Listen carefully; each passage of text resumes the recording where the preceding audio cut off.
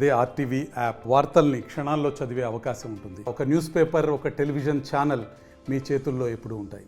పెద్దపల్లి జిల్లా రామగుండంలోని సింగరేణి వైద్య కళాశాలలో మొన్న జరిగినటువంటి ర్యాగింగ్ విదంతపై పోలీసులు సీరియస్ యాక్షన్ తీసుకున్నారు. 4 వైద్య విద్యార్థులను సస్పెండ్ చేశారు. నేడు రామగుండం పోలీస్ కమిషనర్ శ్రీనివాసులు ఆధ్వర్యంలో విద్యార్థులకు అవగాహన సదస్సు కల్పించారు. ఇటు పేరెంట్స్, వైద్య కళాశాల అధ్యాపకులు, ప్రిన్సిపల్ హిమబిందు తదితరులు పాల్గొన్నారు. ఈ క్రమంలో విద్యార్థులు చక్కగా చదువుకొని క్రమశిక్షణతో ఉంటేనే జీవితం బంగారు బాటగా మలుచుకోవడానికి అవకాశం ఉంటుంది. ఎందుకంటే గతంలో తాను సైతం ఎంబీబీఎస్ రాసి డాక్టర్ వృత్తిలో ఎంటర్ కావడానికి ప్రయత్నం చేశాను. అయితే తనకు అవకాశం దక్కలేదని చెప్పేసి హితవు పలికారు. ఇప్పటికైనా కానీ సోదర భావంతో విద్యార్థులు జూనియర్లు, సీనియర్లు అనేటువంటి తేడా లేకుండా ముందుకు వెళ్ళినప్పుడు మాత్రమే ఒక చక్కని ఫలితాలు వచ్చే అవకాశం ఉంది. లేదంటే చట్టం ప్రకారం తాము నడుచుకోవాల్సి వస్తుంది. ఇప్పటికైనా బుద్ధిగా మీరు చదువుకోవాల్సిందని చెప్పేసి హితవు పలికారు. మొత్తం మీద దాదాపు 2 గంటలకు పైగా కౌన్సిలింగ్ నిర్వహించడం జరిగింది. దీనిలో అధ్యాపకులు, ప్రిన్సిపల్, పేరెంట్స్, ఇతర విద్యార్థులందరూ కూడా అక్కడ హాజరయ్యారు. ఇప్పటి నుంచి శ్రద్ధగా ఉండాలి అని చెప్పేసి హెచ్చరిక జారీ చేశారు. ఇప్పటికైనా తీరు మార్చుకోవాలని హెచ్చరిస్తూ బుద్ధి మాట చెప్తూ అందరినీ కన్విన్స్ చేసేటువంటి ప్రయత్నం చేశారు. అయితే మొన్న అఖిల్ అనేటువంటి జూనియర్ విద్యార్థిపై అమానుషంగా ప్రవర్తించి గుండు కొట్టించడము, ట్రిమ్మర్తో హెయిర్ కట్ చేయడము, ఇదంతా కూడా చాలా అమానుషమైనటువంటి ఘటనగా తేల్చి చెప్పడం జరిగింది. ఇలాంటి ఘటన అసెంబ్లీ వరకు వెళ్ళింది. శాసన మండలిలో సైతం ప్రస్తావించారు. చిన్న చిన్న మనస్పర్ధలు పెట్టుకొని ఇట్లాంటి దురాగతాలకు పాల్పడితే కఠిన చర్యలు తప్పవంటూ హెచ్చరికలు జారీ చేశారు. ఇప్పటికైనా బుద్ధిగా ఉండాలని మరోసారి ఘాటుగా స్పందించారు.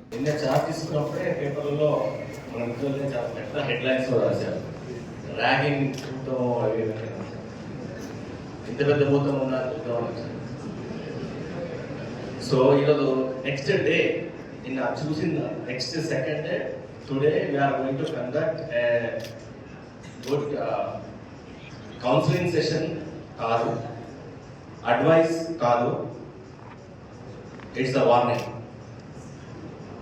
Just I came here to warn you people. It's not a discussion, it's not a counselling, it's not an advice. You know all these things, but you know today there's a warning. That's it. And coming to already Chandra చాలా అమ్మాయి కాబట్టి చాలా సాఫ్ట్గా చెప్పింది. నేను straight single word, single line, ఆ line మీకు దాటకూడదు. ఈ కాలేజ్ నుంచి ఇంకా నెక్స్ట్ ఎప్పుడైనా సరే, ఇప్పుడు 2 years బేబీ కాలేజ్ మేడం గారు చెప్పారు. ఇప్పుడు దీనికోసం ఎంతో కష్టపడ్డాం, ఎంతో చాలా ఇన్ఫ్రాస్ట్రక్చర్ కోసం కానీ అది తీసుకొచ్చాము. But after seeing the very big hall, it's a very good development. 300 members ఇక్కడ సిన్స్లో చదువుతున్నారు. You are all doctors. So doctors ఇలా చేస్తే ఎట్లా అని క్వశ్చన్ వస్తుంది. నిన్న ఈ ఇష్యూ డైరెక్ట్గా ఎమ్మెల్సీ గారు ఒకరు లేవనెత్తారు కౌన్సిల్లో రామగుండంలో ఇలా జరిగింది అని. అంటే డైరెక్ట్గా కౌన్సిల్ ఆఫ్ మినిస్టర్స్ దాంట్లోకి వెళ్ళింది. దానికి గ్రావిటీ చూడండి. ఒక్కరు చిన్న చేసిన దానికి స్టేట్లో అక్కడికి వెళ్ళి దాని క్వశ్చన్ రైజ్ చేస్తారు. మీరు సినిమాలో చూస్తుంటారు, అధ్యక్ష ఇలా జరిగింది అని. ఓకే, అంటే అంత ఫేమస్ అయిపోయారు. ఫేమస్ దేనికి కావాలి? మీరంతా చాలా కష్టపడి ఇప్పుడే ఇందాక ఆమె డాక్టర్. నిజానికి నేను చెప్తాను, ఎంబీబీఎస్ సీట్ కోసం ఎంత కష్టపడతారు. నేను 2 times ప్రిపేర్ అయినా, డిగ్రీ కూడా వదిలేశాను. ఎంబీబీఎస్ ఎంట్రన్స్ రాసి ఎంబీబీఎస్ తెచ్చుకోవడానికి కోసము డిగ్రీ కూడా ఎగ్జామ్స్ లేకుండా కూర్చొని చదివినా నాకు రాలేదు. ఇందాక డాక్టర్ గారు స్టెథోస్కోప్ వేసుకుని కూర్చున్నారు, నా కళ్ళు అక్కడే పోతున్నాయి. ఈవెన్ దో నా అదృష్టానికి గన్ వచ్చినా దాని అందరికీ శ్రద్ధ మీద ఉంది. ఓకే, అది మీరు సాధించారు. మీరు సీట్ కొట్టినప్పుడు మీ తల్లిదండ్రులు ఎంత హ్యాపీ అయింటారు. ఓకే, సో అది ఇప్పుడు జస్ట్ ఒక చిన్న ఆనందం కోసమో, చిన్న ఏదో ఆకతాయిగా చేద్దామనో, లేకపోతే ఇంకా నాకేంటి ఇక్కడ ఎంబీబీఎస్ డాక్టర్ అయిపోయినా నాకు ఎప్పుడు చేస్తే ఏం కాదో అని అనుకోవద్దు. అనుకొని అదొక ఆల్రెడీ నిన్న చెప్పాను నేను, సీనియర్ ఎట్లా ఉండాలంటే ఒక అన్నలాగా ఉండాలి. ఒక పెద్ద మనిషి అరే ఏమన్నా మీకు ఏమొచ్చింది నేను చూసుకుంటారా, నీకేం టెన్షన్ పడకు అని చూసుకునేటట్టు ఉండాలి. You should be like a mentor, you should like a big brother. Okay. And మీరు ఒక 12th ఫెయిల్ అనే సినిమా వచ్చింది. ఓకే, ఐపీఎస్ అవుతాడు అబ్బాయి. ఈవెన్ టాయిలెట్ కూడా కడిగిన తర్వాత ఐపీఎస్ అయితే అది రియల్ స్టోరీ.